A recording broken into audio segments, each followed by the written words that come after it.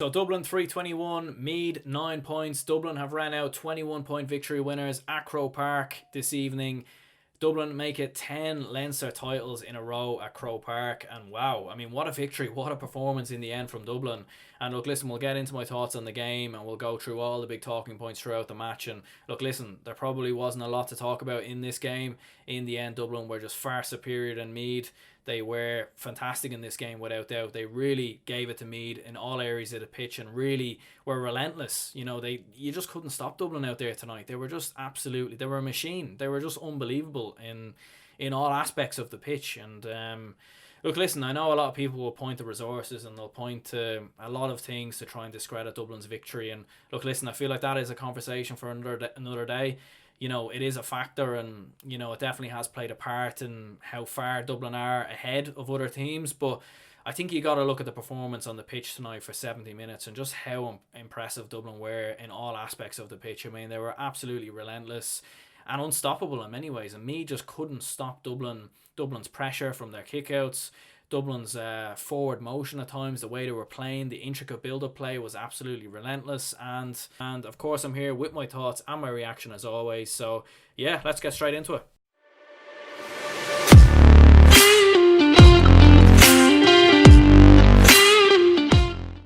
What's the story, everyone? It's Aaron here from GA Fan TV, and I'm back again, of course, with my match reaction after Dublin have ran out 21-point victory winners over Meath, of course, in the Leinster Senior Football Final this evening. And yeah, I suppose first of all what we'll do is we'll have a look at the teams that took to the field tonight. So we'll start with the Dublin team. Stephen Cluxton in goal, Michael Fitzsimons, Johnny Cooper and Owen Merchant in the full-back line.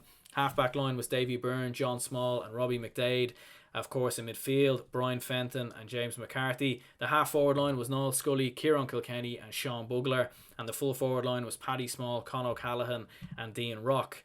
The Meath side had Marcus Brennan in goal, and then he had Seamus Lavin, Conor McGill and David Toner in the full-back line. The half-back line was Donald Keoghan, Shane McEntee and Matthew Costello. The midfield was Brian Menton and Ronan Jones, and the half-forward line was Killian O'Sullivan, Brian McMahon and Ronan Ryan, and the full-forward line was Thomas O'Reilly, Shane Walsh and Jordan Morris.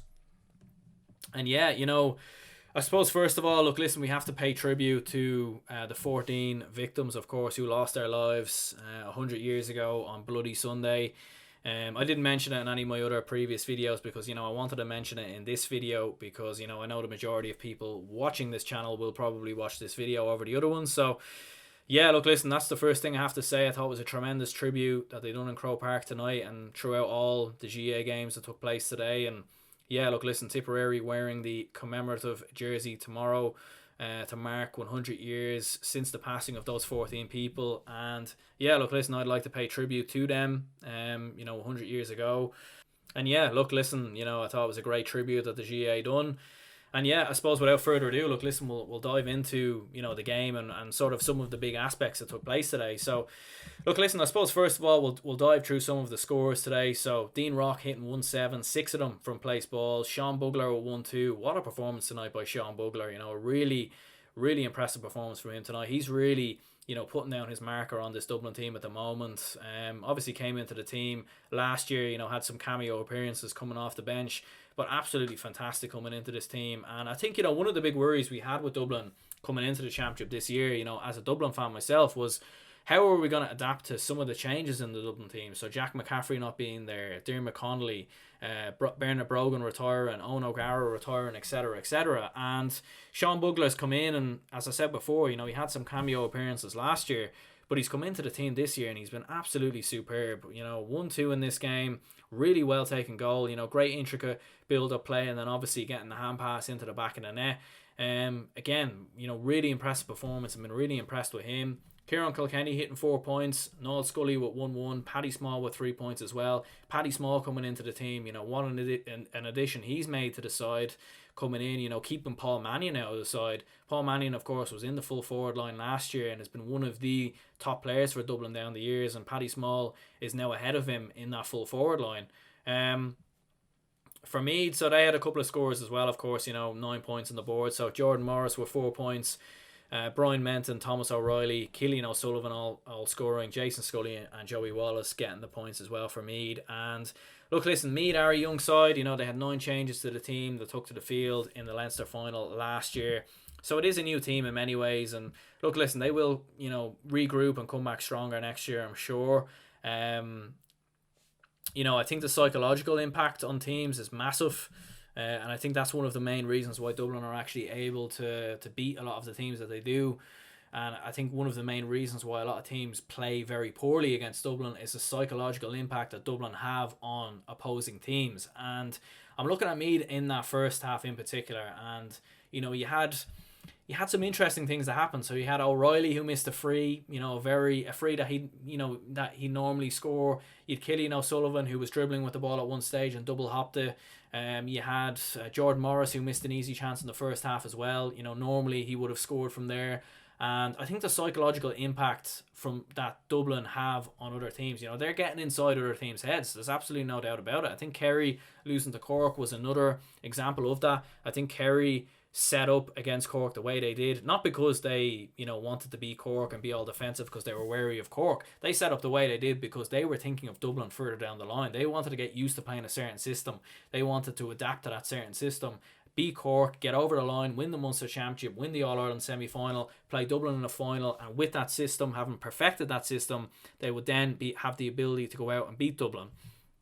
As we've seen, Kerry lost to Cork, and again, Kerry setting up for a game in the future, and in the end losing. And Meath tonight, in my opinion, especially in that first half, missing the opportunities that they did, misplaced passes at times, playing quite poorly. They can play a lot better. They definitely can. And it's the psychological impact of coming up against the best team of all time in Dublin. You cannot deny that. If you look at funding, resources, blah, blah, blah, Dublin are the best coached team in the country, and they are the best team in the country by a country mile. And tonight they absolutely proved it with a 21-point victory. Just absolutely outstanding all around the pitch.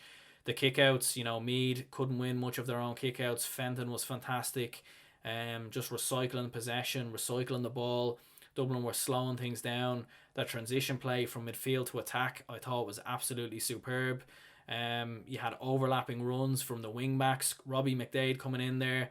What a player he looks to be as well. As I said before, he's not to the same level as Jack McCaffrey, but he's doing a really good job at the moment, and he's doing as good as he can be at the moment. And just absolutely superb from him getting forward at times. And, it could have even been worse in that first half.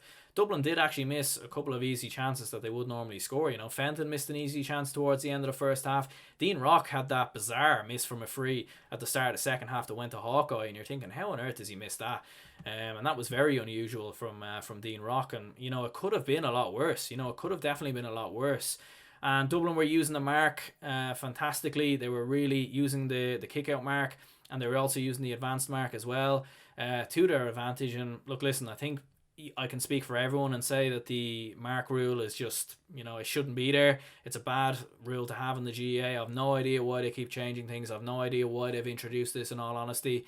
But look, listen, Dublin are using it to their advantage. Donegal use it to their advantage against Armagh, and plenty of other teams will use it to their advantage as well. And that's just the way it is, unfortunately. And there's no one to blame there but the GAA for making the changes that they have. So yeah, look, listen, Dublin were very, very comfortable in the first half. It was all over going into the first water break, in all honesty. Dublin were absolutely cruising, and going into the second half, you could see Andy McEntee laying into his team just before the Dublin team came out. They wanted a much better performance. They wanted to show more in the second half. And look, listen, they did to a certain extent, especially in the final 15 to 20 minutes. Could you say that Dublin dropped off, and that's one of the main reasons why Meath were able to kick the points that they did? Did Dublin maybe get a bit complacent in the final 15 to 20 minutes? It's hard to know, but Dublin were relentless all over the pitch. Their turnovers were unbelievable throughout the pitch in this game. You're looking at Brian Fenton at times. Some of the tackles that he put in, I thought, were absolutely relentless.